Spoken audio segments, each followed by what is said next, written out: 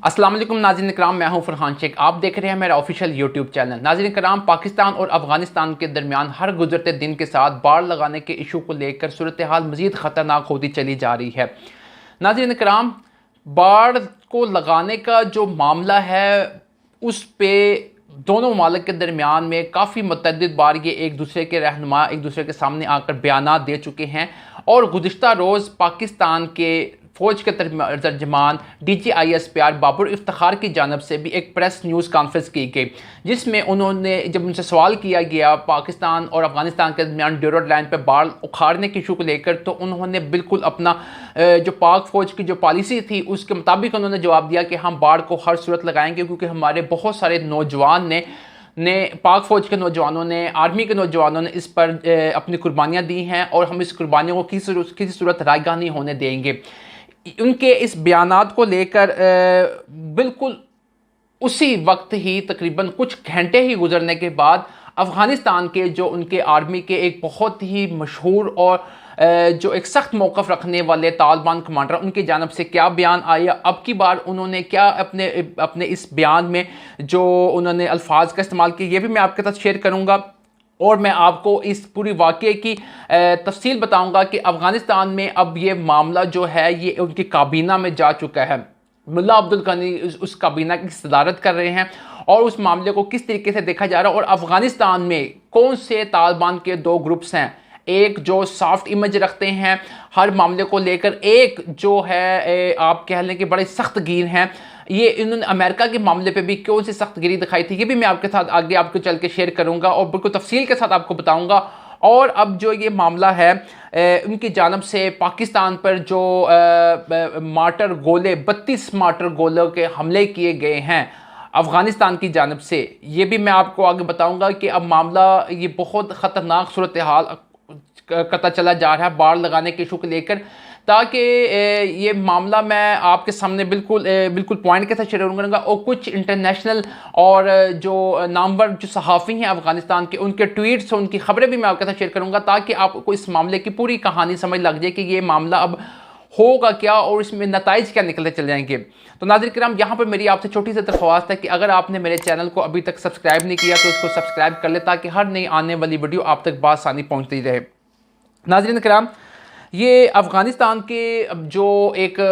मारूफ जिस कमांडर का मैंने आपके साथ जिक्र किया था, उनकी जानब से अब DGISPR की प्रेस कॉन्फ्रेंस गुजरने के आप समझ लें कि 24 से 30 घंटों के दरमियान ही इनका ये मौका सामने आ गया, जब DGISPR की जानब से कहा गया कि हम बाढ़ को हर सूरत लगने देंगे और अब इस बाढ़ की हम पीछे नहीं हटेंगे, हम इसको मुकम्मल करके छोड़ेंगे, क्योंकि 91% हमारा काम मुकम्मल हो चुका है, तकरीबन 8 से 9% हमारा बाढ़ लगाने का काम रह चुका है। तो उसके जवाब में जो आर्मी के कमांडर है तालिबान के, सनाउल्लाह संगी, ये सनाउल्लाह संगी इनका नाम है, लेकिन ये सनाउल्लाह संगीन के नाम से ये मशहूर हैं। इनकी जानब से बयान आया कि हम बाढ़ को 1 इंच भी आगे नहीं बढ़ने देंगे, जहां तक बाढ़ लगा दी वो लगा दी, हम इसे 1 इंच आगे नहीं बढ़ने देंगे और हम अगर आपने आगे लगाने की कोशिश की तो हम आपकी मज़ाहमत करेंगे। ये उनकी जानब से बड़ा सख्त और बिल्कुल अटल जो उनकी जानब से ये जवाब आया, ये मैं आपके सामने उनकी बिल्कुल कोडिंग शेयर कर रहा हूँ। अब जो ये सूरत हाल है, अब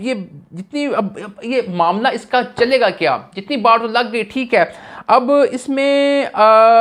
आगे क्या उनका जो बयान हम आगे बाढ़ लगने देंगे, तो इस पर पाकिस्तान की जो DGISPR है उनकी प्रेस कॉन्फ्रेंस में ये बिल्कुल क्लियर कहा गया था कि ये एक इंटरनेशनल बॉर्डर है, मतलब जो पाकिस्तान अफगानिस्तान के दरमियान ड्यूरल लाइन है ये इंटरनेशनल बॉर्डर है। लेकिन तालिबान की जानब से ये इस पे बयान आया कि ये कोई इंटरनेशनल बॉर्डर नहीं, ये एक ड्यूरल लाइन है जो पाकिस्तान और अफगानिस्तान के दरमियान में ड्रा की गई थी। तो वो इसको इंटरनेशनल बॉर्डर मानने के तौर पर बिल्कुल तैयार नहीं है। तो अब सूरत हाल अब इससे भी थोड़ी सी आगे इसलिए बढ़ गई है कि उनकी जानब से तालिबान के जो ये कमांडर हैं जिनका नाम मैंने आपके साथ शेयर किया था, ये सनाउल्लाह संगीन की जानब से ये एक बयान आया है कि पाकिस्तान की जानब से मतलब मुतअद्दिद बार हम पर मार्टर गोले की हमले किए गए हैं, पाक फ़ौज की जानब से हमले किए गए हैं और ये कुन्नड़ के इलाके में ये पाकिस्तान फ़ौज की जानब से हम पर हमले किए गए हैं। तो हम बड़ी बेसब्री से इस चीज़ मामले को देख रहे थे, लेकिन अब सूरत हाल अब हमारे काबू से बाहर हो चुकी है और उन्होंने उसके जवाब में 32 मार्टर गोले जो है पाकिस्तान पर हमले किए हैं। ये जो इनके सनाउल्लाह संगीन की जानब से उन्होंने इसको बाकायदा इन्होंने कोट किया है। इन्होंने अपने अफगानिस्तान की मीडिया को खबर देते हुए इन्होंने चीज़ का बाकायदा ऐलान किया है कि हमने 32 मार्टर गोले पाकिस्तान के ऊपर दागे हैं। इससे सूरत हाल जो है मज़ीद ख़राब होती हुई नज़र आ रही है। इस मामले को लेकर कभी वो बाढ़ को खाड़ रहे हैं, कभी वो मार्टर गोले हम पर कर रहे हैं पाकिस्तानी फ़ौज की जानब, पाकिस्तान की फ़ौज के ऊपर जो मार्टर हमले कर रहे हैं। ये एक मामला जो है इसको हल तलब होता हुआ नज़र नहीं आ रहा। अब बात करते हैं इस जो मामला है, जो ये बाढ़ लगाने को, ड्यूरेट लाइन को जो मामला है, ये अब मुल्ला अब्दुल गनी की कैबिनेट में जा चुका है। मुल्ला अब्दुल गनी की कैबिनेट में तालिबान के, जो मैंने आपसे जिक्र किया था कि मैं सॉफ्ट तालिबान और जो सख्त गिर तालिबान, उनके बारे में आपको बताऊंगा। तो दो तरह के ग्रुप्स हैं। एक ग्रुप्स जो है वो चाहता है कि मतलब इस मामले को अफहाम व तफहीम के साथ हल किया जाए। एक जो है वो कहता नहीं, हम किसी सूरत बाढ़ नहीं लगने देंगे, हम इसको बिल्कुल बाढ़ को नहीं लगने देंगे, वो पिछली लगी हुई बाढ़ को भी उखाड़ने की कोशिश करेंगे, पूरी करेंगे। अब ये वही जो सख्त गिर वाले तालिबान का ग्रुप्स है, ये वही ग्रुप्स है जो कि इससे पहले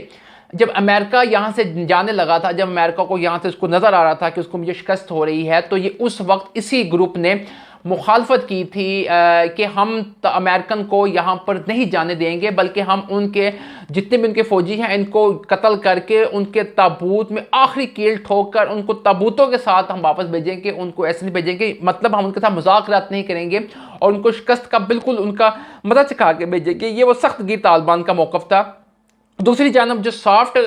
आप कह लें कि जो सॉफ्ट इमेज रखते हैं, जो सॉफ्ट सोच रखते हैं, नॉर्मल सोच रखते हैं, उनका जो बयान था जिसमें मुल्ला याकूब, मुल्ला अब्दुल गनी बरादर और ख़वानज़ुदा जो उनके वज़ीर आज़म में शामिल हैं, उनका जो तकरीबन जो एक मौक़िफ़ था, उनका मौक़िफ़ ये था कि हमें अमेरिका के साथ मुज़ाकरात करने चाहिए। और उन्होंने कतर में दोहा में मुज़ाकरात किए और मुज़ाकरात को उन्होंने कामयाब बनाया और पाकिस्तान ने भी इस मुज़ाकरात में बड़ी मदद की और इन दोनों ममालिक के दरमियान, अमेरिका और अफगानिस्तान के दरमियान अफ़हाम व तफ़हीम के साथ फ़ौजियों की वापसी का सिलसिला था वो बड़ा मुकम्मल हुआ। तो ये तो मतलब ये तालिबान जो सॉफ्ट इमेज रखते हैं, यही तालिबान जो पाकिस्तान के बारे में ये इमेज रखते हैं कि ये मामला सफारती सतह पर मामले को हल करना चाहिए। लेकिन वो जो सख्त वाले हैं जिनमें सनाउल्लाह संगीन आ गया और उसके बाद जो उनके अफगानिस्तान के जो चीफ थे, आपके जिक्र किया, वो भी चाहते हैं कि इस मामले को नहीं होना चाहिए। ये मामला जो जितने भी आप उनके जो फौजी कमांडर हैं ना, वो मामलात को हल करते हुए अभी तक तो नज़र नहीं आ रहे। अब ये तो सारा इशूज़ आपके सामने में जिक्र कर दिया, लेकिन अब अगर ये मामले को लेकर इन पाकिस्तान और अफगानिस्तान के दरमियान में मामला हल नहीं होता तो बात आ जाती है पॉइंट ऑफ नो रिटर्न पे बात आ जाती है। पॉइंट ऑफ नो रिटर्न है क्या, ये थोड़ा सा आप मामला समझने वाला। पॉइंट ऑफ नो रिटर्न पे अगर बात आ जाएगी तो इस मामले में रशिया भी इसमें कूद जाएगा, इसमें चाइना भी कूद जाएगा, इसमें ईरान भी कूद जाएगा, क्योंकि ईरान के साथ पाकिस्तान ने भी बाड़ लगाई है, क्योंकि वो भी इस इलाके के अंदर ही आता है। तो वहाँ भी 70 से 80% तकरीबन जो बाढ़ का हिस्सा उनके अंदर से गुजर के आता है वो पाकिस्तान ने लगा दिया हुआ है। और अब इस सूरत हाल को लेकर अब जो मामला हैं वो अब सारे जो है सबकी नज़र तकरीबन इस पे लगी हुई है। पाकिस्तान ने इस पे बड़ा मतलब पैसा खर्च किया है इस बाढ़ के ऊपर और बाढ़ को लगाने के ऊपर बड़ा मामला खर्च किया है। लेकिन अगर ये मामला चाहते हैं कि ये अफ़हाम व तफ़हीम के ज़रिए हल हो जाए तो इस पर हम मतलब कोई मुतफ़िक एक प्लानिंग कर सकते हैं कि हम कुछ आमदोरफ्त के लिए कुछ पॉइंट्स बना दिए जाएँ। अफ़गानिस्तान और पाकिस्तान की जो बाढ़ लगी है तो उस पर हम मुख्तलिफ पॉइंट बना दें जहाँ पर उनकी आमदोरफ्त आसानी से हो सके। बाढ़ लगाने दी जाए, बाढ़ मुकम्मल लगाने दी जाए, लेकिन उसके बाद कुछ पॉइंट दरवाजे बना दीजिए जहाँ पर आमदोरफ्त जो यहाँ अफ़गानिस्तान से पाकिस्तान में है, पाकिस्तान से अफ़गानिस्तान में जाए, उनकी बाकायदा एक चेक एंड वैलिडिटी हो उनकी, कब कितने देर के लिए आएँ, कितने देर के लिए यहाँ पर रहेंगे पाकिस्तान में और यहाँ से वापस चले जाएंगे। तो इस तरह के मामला कुछ किए जा सकते हैं और इसको मतलब मामले को हल तलब किया जा सकता है। लेकिन अगर तो इस तरीके से मतलब इश्यूज़ रहे इनकी जानब से तो फिर ये मामला जो है वो बिल्कुल ख़तरनाक सूरत हाल इख्तियार कर जाएगा। और अगर ख़तरनाक सूरत हाल इख्तियार की तो ये दोनों ममालिक के फ़ायदे में नहीं है, क्योंकि दुश्मन ममालिक जो हैं वो इस वाक़े से, इस सूरत हाल से फ़ायदा उठाने की बिल्कुल कोशिश करेंगे और वो फ़ायदा उठाना भी चाहते हैं। तो अब तालिबान क़यादत को चाहिए कि वो इस मामले को, क्योंकि मामला सिर्फ उनकी अब गेंद जो है उनकी गोद में जा चुकी है, उनको मामले को अफ़हाम व तफ़हीम के ज़रिए पाकिस्तान के साथ सफारती सतह पर हल करने की बिल्कुल ज़रूरत है और इसको हल तलब होना भी चाहिए ताकि दोनों ममालिक के दरमियान ये मामला जल्द से जल्द हल हो जाए और जो अमन की फ़ज़ा है ये कायम रहे। नाज़रीन किराम, वीडियो अच्छी लगी तो लाइक करें, शेयर करें और अपने दोस्तों के साथ इस मुफीद मालूमात को ज़रूर शेयर करें।